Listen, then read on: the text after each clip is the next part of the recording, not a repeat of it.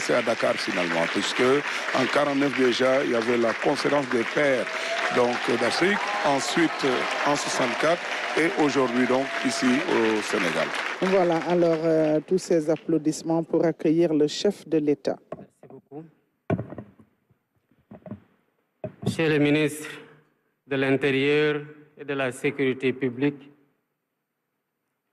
Mesdames, Messieurs les membres du gouvernement, Excellences, Monseigneur Valdemar Stanislaw Sommertag, nonce apostolique représentant le Saint-Siège, Éminence Théodore Adrien Sarr, archevêque émérite de Dakar, Excellence Monseigneur Alexis Touabli Youlo, président des CERAO,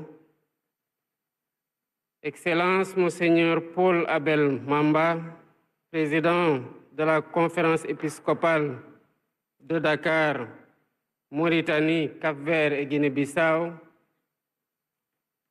Excellence Monseigneur André Gueye, archevêque métropolitain de Dakar et premier vice-président de la conférence épiscopale de Sénégal, Mauritanie, Cap-Vert et Guinée-Bissau, Excellence Monseigneur Benjamin Ndiaye, archevêque émérite de Dakar, Excellences les évêques, membres des CERAO, distingués ambassadeurs et membres du corps diplomatique, distinguées notabilités religieuses musulmanes et coutumières, autorités politiques, administratives, militaires et paramilitaires, chers participants, honorables invités en vos titres et grades respectés.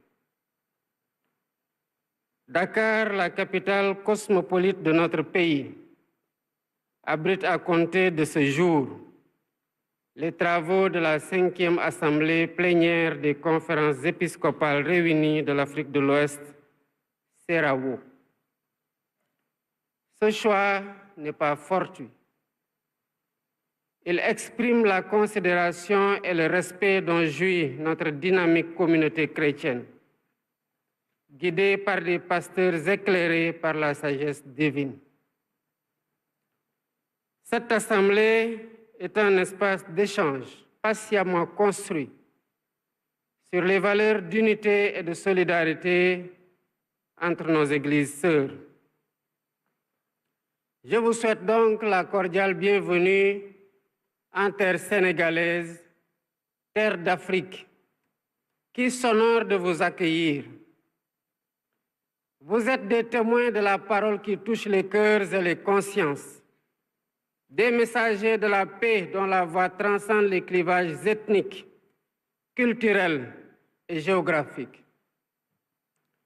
Votre mission est de bâtir des ponts, créer des espaces de fraternité et inventer de nouvelles formes de charité ancrées dans une foi commune et une joyeuse espérance. Éminence, Excellence, Auguste Assemblée. Après Yamoussoukro en 2012, Accra en 2016 et Abuja en 2022, ce rendez-vous de Dakar revêt une solennité particulière. Il intervient après le rappel à Dieu du pape François, survenu le lundi de l'octave de Pâques 2025. Le pape François a achevé son pèlerinage terrestre, marqué par une fidélité sans commune mesure aux valeurs de l'Évangile.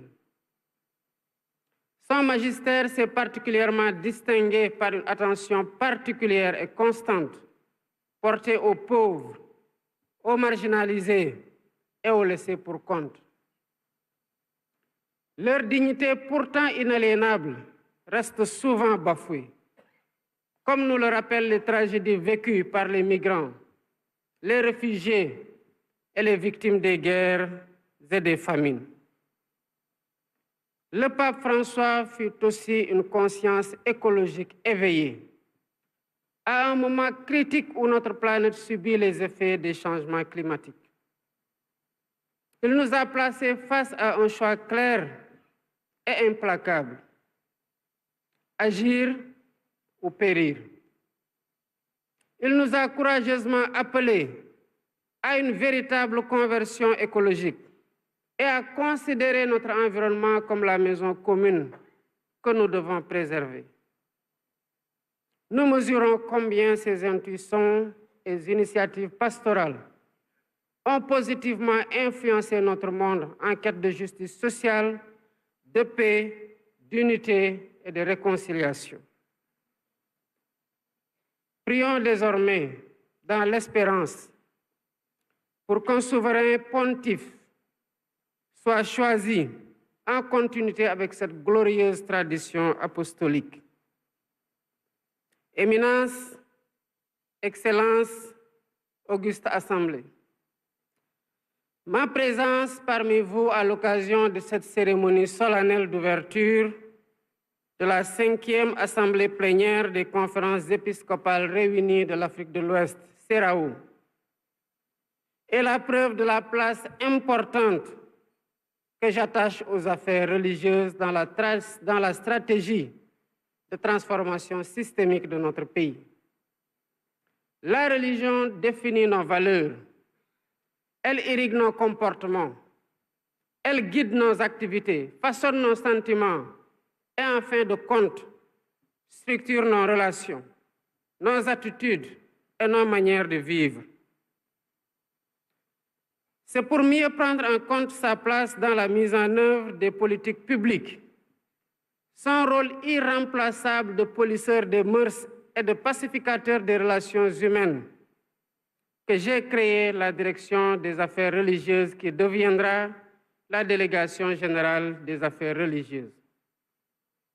Elle sera chargée d'accompagner les communautés religieuses, musulmanes, chrétiennes et des religions traditionnelles dans l'exercice de leur culte, son développement, la formation religieuse, l'infrastructure et l'équipement religieux. Il est de mon devoir d'assurer l'équité religieuse dans l'intervention de l'État auprès des communautés religieuses, de faire en sorte que chaque citoyen, quelle que soit son obédience religieuse, sente les pouvoirs publics à ses côtés dans l'accomplissement de sa foi. La religion n'est pas hors des politiques publiques. Elle est partie intégrante de notre référentiel, l'agenda national de transformation Sénégal 2050. C'est en parfaite adéquation avec nos valeurs religieuses, culturelles, les sèves nourricières de notre Afrique profonde, que j'ai fait de la vérité, du dialogue et de la paix les lignes directrices de ma gouvernance et les marqueurs de ma volonté inébranlable d'inclusion sociale et d'unité de notre nation. Excellence, Éminence, Auguste Assemblée, votre réflexion portera notamment sur la construction d'une Église synodale et autonome au service de la justice et de la paix en Afrique de l'Ouest. Cela m'amène à souligner la contribution essentielle et irremplaçable de l'Église au développement de nos pays. En effet, par son engagement dans l'éducation, la santé, la formation professionnelle, elle est une alliée sûre et incontournable de l'État. Elle participe ainsi à la consolidation des valeurs qui fondent notre vivre ensemble et notre destin commun. Je salue particulièrement votre mobilisation pour la paix, essentielle appelée la réunification des 16 pays membres de la CEDEAO. Face aux crises armées, à l'instabilité politique chronique et au drame migratoire de notre région, notre détermination à œuvrer ensemble doit rester intacte. Ensemble, en toute synodalité, Nous devons promouvoir une ère de paix et de concorde. Du reste, ces actions multiformes au service de l'homme rejoignent la prière de l'Église au long des âges quand elle proclame, je cite, « Au sein de notre humanité encore désunie et déchirée, nous savons et nous proclamons que tu ne cesses d'agir et que tu es à l'origine de tout effort pour la paix. Oui, c'est à toi, Seigneur, que nous le devons.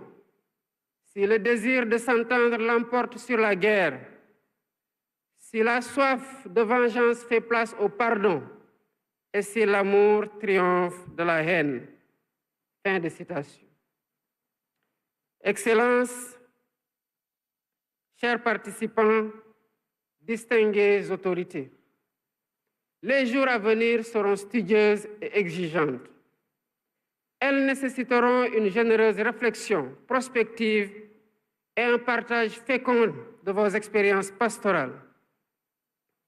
L'objectif est clair: bâtir ensemble une CEDEAO des peuples, riche de sa diversité, résiliente et solidaire face aux défis actuels de nos églises et de nos États. En tant que gouvernants et destinataires privilégiés de vos conclusions, nous savons pouvoir compter sur votre sagesse et votre engagement. Vos propositions seront pour nous des contributions précieuses dans l'élaboration des politiques publiques prioritaires, ces politiques qui, selon le pape Paul VI, donnent au développement le même nom de la paix.